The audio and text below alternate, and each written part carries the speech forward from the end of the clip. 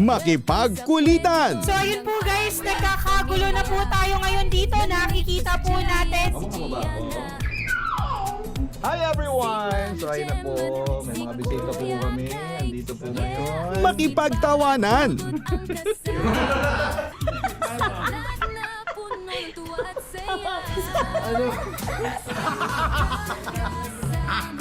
At minsan, makipag-iyakan.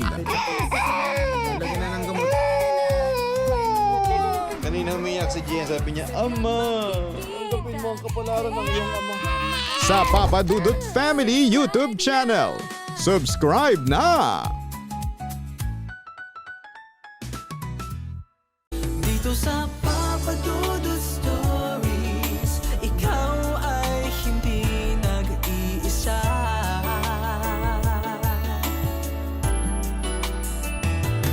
Dito sa Papa Dudut Stories, may nagmamahal sa'yo. Papa Dudut Stories, Papa Dudut Stories. Dear Papa Dudut, sa lahat po ng mga nakatutok ngayon, huwag kalimutan na mag-like, mag-share, at mag-subscribe.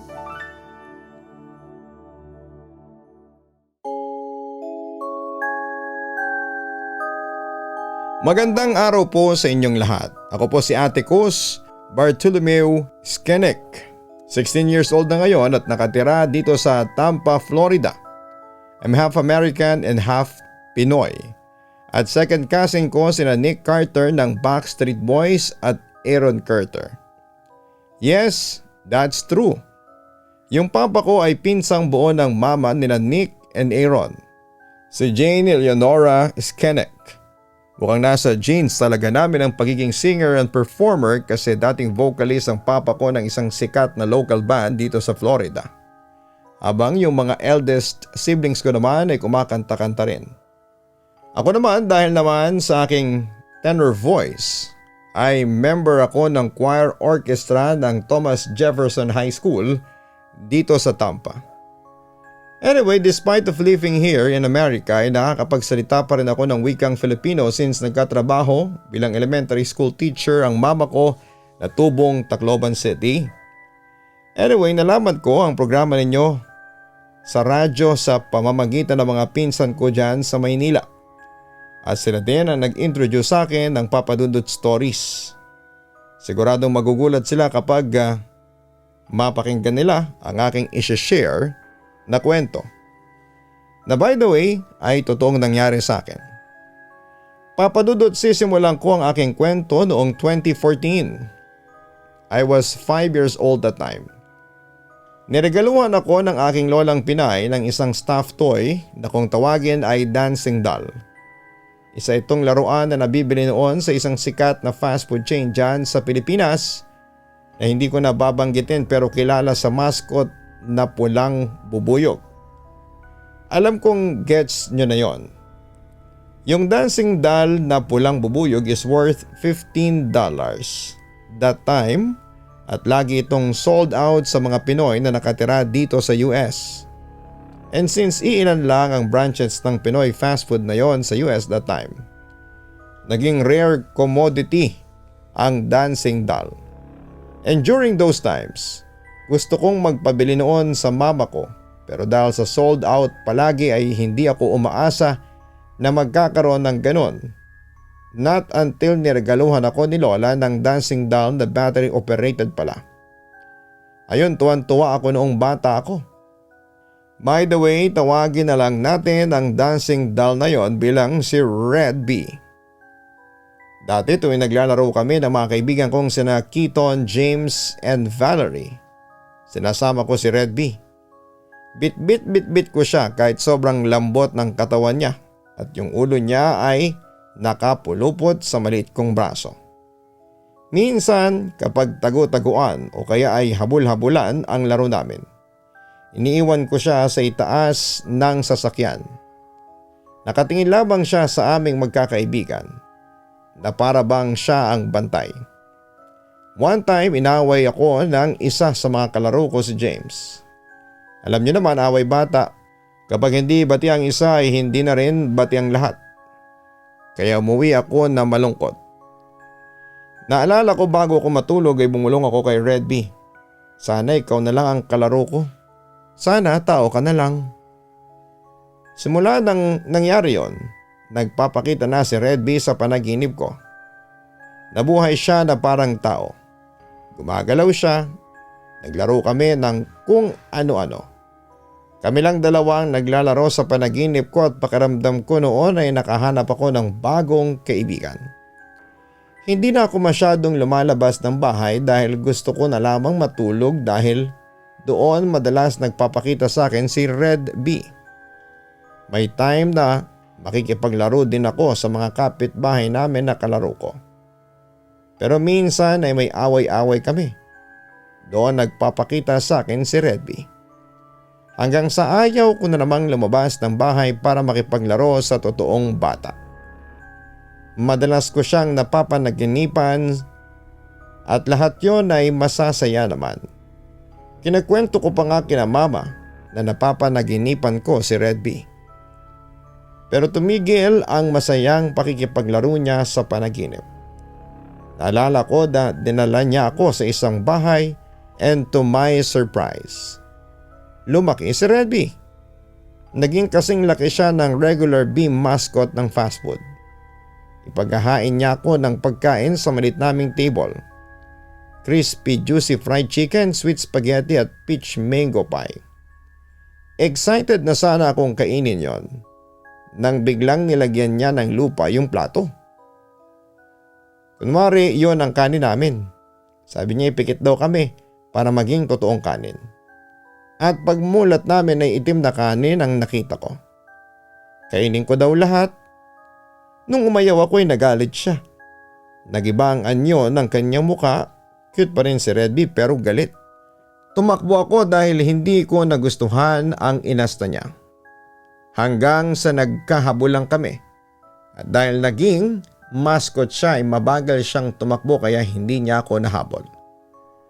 Nagising ako that time, pawis na pawis at parang totoong nangyari. Katabi ko si Red B matulog ng gabing yon. Takot na takot akong hinahawakan siya at nilipat ng pwesto sa higaan. Magkakatabi kami ng mga kapatid ko at lahat sila'y tulog. Madaling araw na siguro noon. Akala ko nung una ay baka masamang panaginip lang. Kinuwento ko ulit kina mama, sabi ko'y hinahabol ako ni Red B. Sa panaginip at galit siya. Sabi nila ay magdasal lang daw ako para hindi ako makapanaginip ng masasama. Simula noon ay ayaw ko na siyang katabi sa pagtulog. Pero papadudot, naging madalas din ang nakakatakot kong panaginip sa kanya. Hinahabol ako lagi. Hawak pa din niya yung plato na may kanin na itim. At madalas din po ako papadudot na nagigising sa kalagitnaan ng gabi. Pawis na pawis at kapos sa hininga. Tulog na ang lahat, ako na lang ang gising. Hindi ako makagalaw kahit gusto kong sumigaw at walang lumalabas na boses sa bibig ko. Ang sabi ni mama ay itapon na lang namin si Red B dahil hindi nga maganda ang mga panaginip ko sa kanya. Pero pinigilan ko since kami mga bata na laki sa US ay hindi naniniwala sa mga multo and superstitions. Inisip ko na lamang noon na baka nagkataon lang na nakikita ko si Red B sa mga panaginip ko. Ang ginawa ko na lang ay hindi ko na siya tinabi sa pagtulog ko at ipinatong ko na lamang siya sa cabinet ko sa loob ng aming kwarto. Ilang araw pa ang nakalipas na panaginipan ko ulit si Red B pero gentle na ulit siya. Magkalaro daw kami kasama ng mga kaibigan kong sina Keaton, Liam and Valerie. Sabi sa akin ni Red B na huwag na daw ako makipaglaro sa kanila at sa kanya na lang daw. Pero nagising din ako sa panaginip kong yon.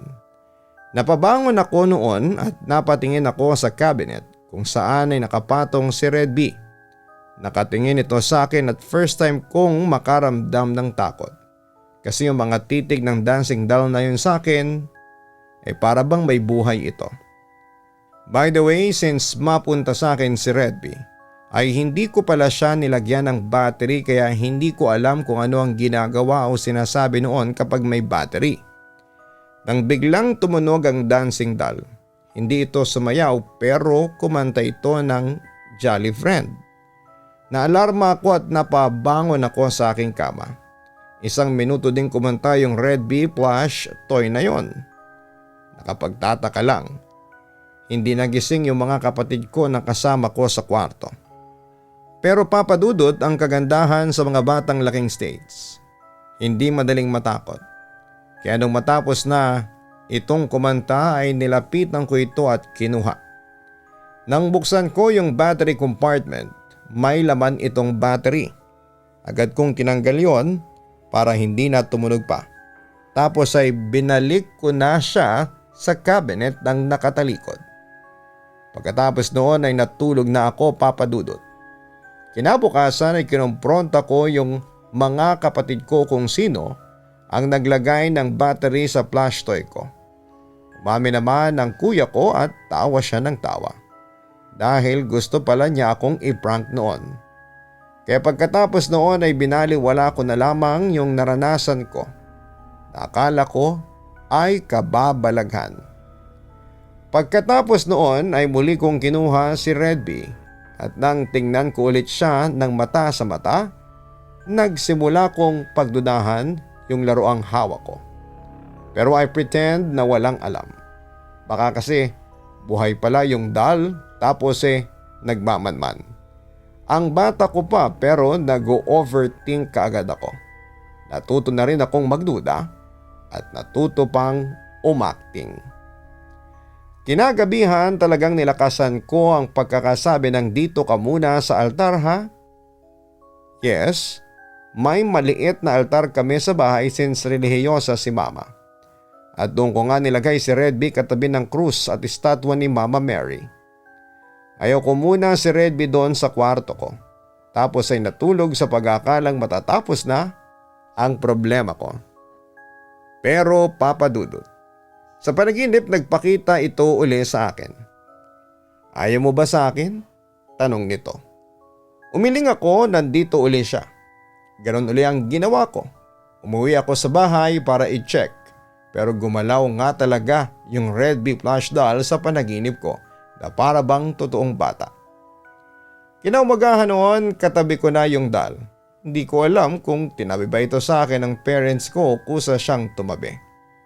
Kahit puno ng takot ay nilabanan ko yon at nag-almusal ako na parang walang nangyari. Samantala, umalis ang parents ko somewhere at yung mga kapatid ko nasa school.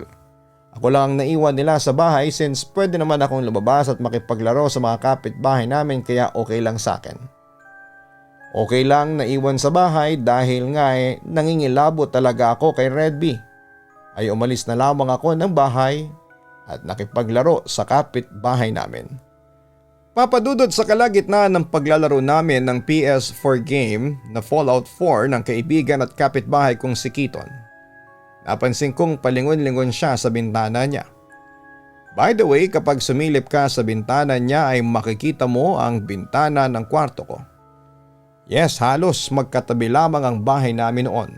So yun nga, since nakaangat ang mga blinds sa bintana, natatanaw yung bintana ng kwarto ko. Mamayang kaunti biglang tumayo si Keaton at binuksan ang bintana. Tapos ay sumilip. Siyempre nagtaka ko noon. Hey bro, what happened? Tanong ko kay Keaton na isang American kaya nag-English ako. Atticus, you told me a while ago that your parents and elder siblings left your home. But I saw someone inside your bedroom. Wika pa ni Keaton sa akin. Siyempre nagulat at na-curious ako sa sinabi ng kaibigan ko. Who? Ang tangi ko lang nasabi noon tapos ay sumilip na rin ako sa bintana at tinanaw ko ang kwarto ko. It's weird because I saw a mascot. A big red bee mascot peeking at your window. Dagdag pa ni Keaton. Agad-agad ay pumasok sa isipan ko si Redby. Meanwhile, sinabi naman sa akin ni Keaton na huwag muna akong umuwi sa bahay namin at hintayin kong umuwi ang mga magulang at elder siblings ko. Inamin kasi sa akin ni Kito na nakakaramdam daw siya ng hindi maganda oras na bumalik ako sa aming bahay. Pero malakas ang loob ko noon, Papa Dudut, kaya hindi ako nakinig noon sa babala sa akin ni Kiton. Bumalik ako sa aming bahay, nilakasan ko ang loob ko. Kahit na takot din ako. Wala yan. Pagtanggi ko sa kung anumang iniisip nila. Umakyat ako para silipin, pero nasa hagdan pa rin yung mga paa ko in case na lumapit sa akin yung Red Beam mascot na nakita di umano ni Kiton sa kwarto ko. As in sinilip ko lang. Pagsilip ko, nasa may altar sa gilid yung dal. Nakaupo na tila ba'y inosente. Bumalik din ako kina Kiton pagkatapos noon. Bandang 6:00 ng gabi ay dumating na ang mga magulang at elder siblings ko. Tinawagan nila ang parents ni Kiton para pauwi na ako. Pagka-uwi ko sa bahay, umakyat ako sa itaas habang naghahanda sila ng hapunan sa ibaba. Tinitigan ko si Redby, tiningnan ko kung gagalaw ba talaga siya, hinuhuli ko siya. Pero magaling maglaro yung plush doll. Ako ba talaga ang nakahanap ng laruan o ako yung pinaglalaruan? Yun na nga ang nasa isip ko noon. Ilang araw ang nakalipas, nakaramdam na ako ng hindi may paliwanag na kababalaghan sa loob ng bahay, lalo na sa kwarto ko. Hindi na kasi sa panaginip nagpaparamdam si Redby kundi sa realidad na mismo. Minsan kapag pinapatulog ako sa hapon, syempre as bata ay nagkukunwaring tutulog. Nakapikit. Tanaw ko yung plush doll pero napapansin ko na parang gagalaw ito ng konti pero babalik din sa pwesto. Ilang beses ko na siyang nahuhuli na gumagalaw at hindi ko makwento sa magulang ko dahil ayokong masabihan ng sinungaling. Hanggang sa isang araw ay napagdesisyonan kong itapon yung Redby dancing doll sa basurahan sa labas ng hindi alam ng mga magulang ko. Nasa isip ko noon ay wala na si Redby, wala nang dahilan para matakot ako araw-araw. Umukay ang pakiramdam ko noon. Mapayapa ang naging week ko. Pero hindi ko akalain na lahat ng takot at kaba manunumbalik nung makita ko ulit yung manika sa altar, kung saan siya laging nakapwesto. Grabe ang takot ko noon, Papa Dudut. Kumuha ako ng lapis at nilapitan ko yung Redby dancing doll. Saka ko tinusok-tusok sa likod. Bakit bumalik? Ayaw akong tantanan. Nagdadasal na ako sa Panginoon habang tinusok-tusok ko yung likod. Iisipin lang siguro ng mga magulang ko kung sakaling mahuli ako na baka naglalaro lang ako. Malamang pagagalitan nila ako kapag nakita nilang sinisira ko yung laruan. Naputol yung lapis dahil nga medyo makapal yung plush toy. Kaya kumuha ako ng pen sa bag ng kuya ko at yon ang pinangbutas ko sa likod ng plush toy. Lumabas ako kasama ni Redby at tinapon ito sa basurahan na nasa labas. Nagdadasal ako na huwag na sana itong bumalik pa. Habang papasok ako ng bahay ay may kaba, takot pa rin. Ayaw ko na magkaroon ng plush toy at ayaw ko na noon, sana'y hindi na siya bumalik pa. Yun lang ang nasa isip ko noon habang papauwi. Pag uwi ko, kumain sila ng hapunan. Kumain na rin ako, pagkatapos naming kumain ay umakyat ako sa itaas. Nakahinga ako ng maluwag nang walang Redby ang sumalubong sa akin sa altar. Pagpasok sa higaan ay napasigaw na ako sa takot. Nandun si Redby nakahiga at nag-aantay ng tatabi. Bumalik ako sa baba, umiiyak at tinanong ako ng mga magulang ko kung bakit hindi ako sumasagot. Kinabukasan noon ay saktong bibisita uli kami kay Lola at ang sabi ko sa mama ko ay isosoli ko na yung Redby dancing doll sa kanya. Nagtaka lamang siya pero hindi nagsalita. Dala ko yung laruan, tahimik yung biyahe. Inobserbahan ko yung likod niya na pinagtutusok ko ng pen pero nagulat ako nang wala na itong sira. Kinilabutan ako. Ano yon, naghilom? Hanggang sa makarating kami sa lola ko.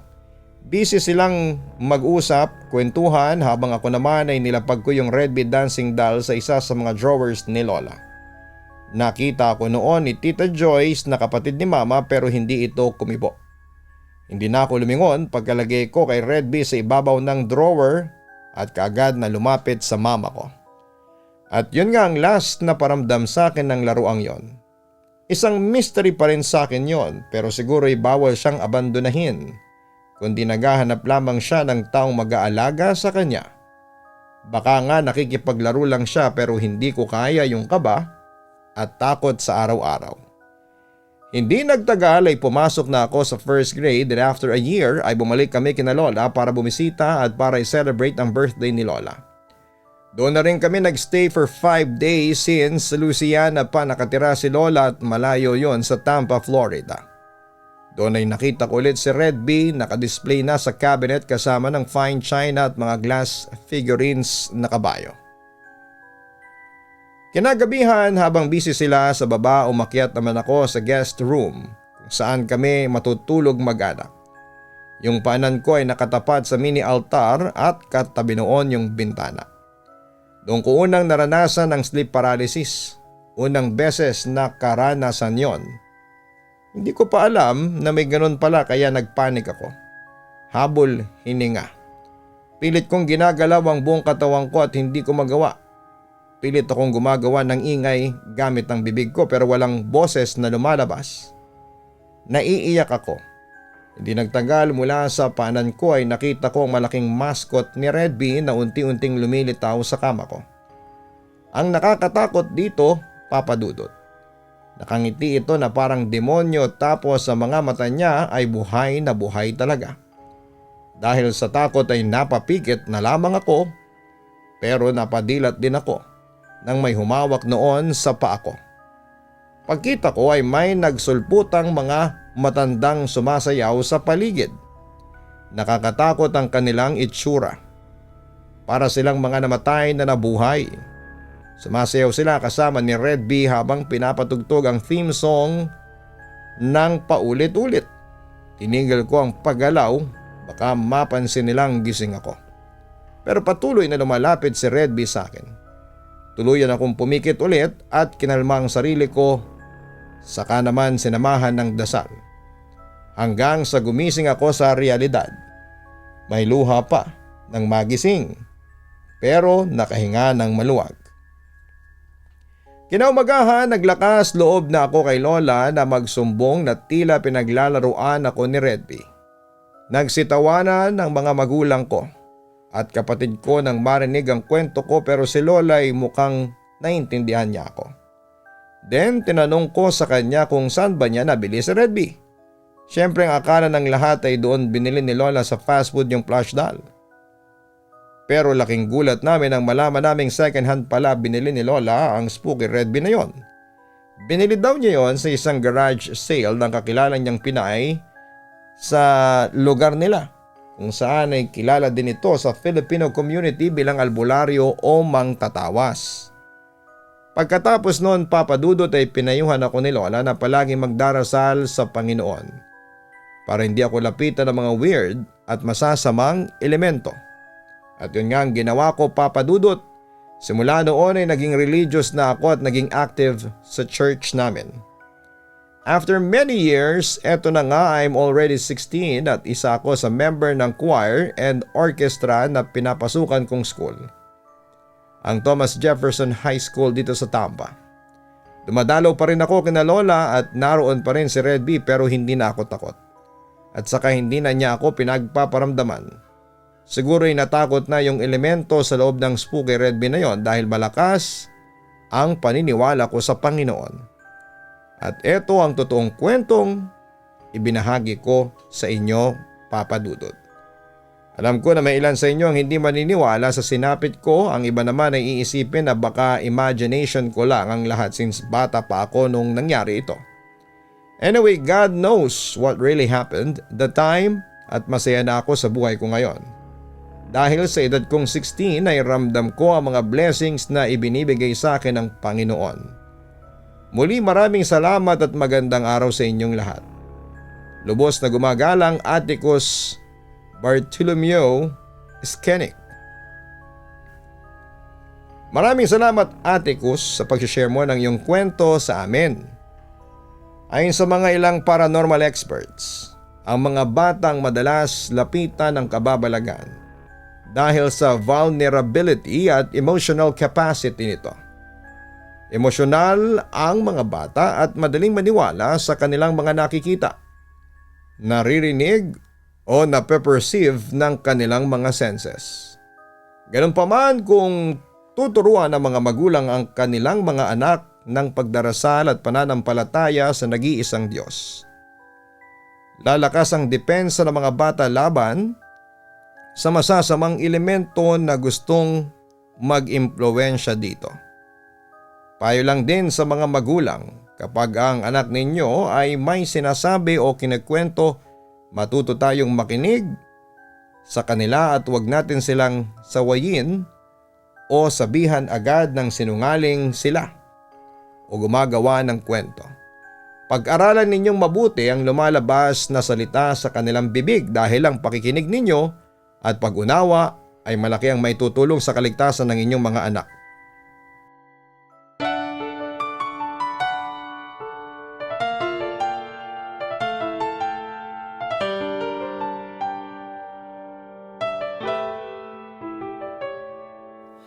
Ang buhay ay mahiwaga,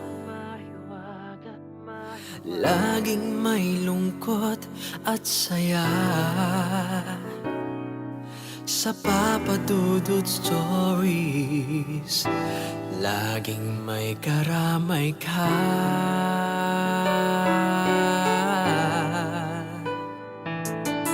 Mga problemang kay bigat, dito ay pakikinggan ka. Sa Papa Dudut Stories, kami ay iyong kasama. Dito sa Papa Dudut Stories, ikaw ay hindi nag-iisa.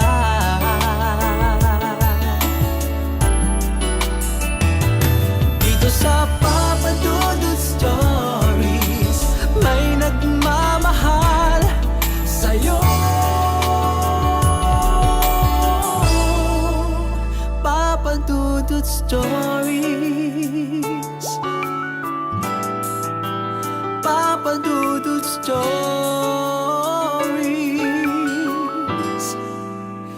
Papa Dudut Stories.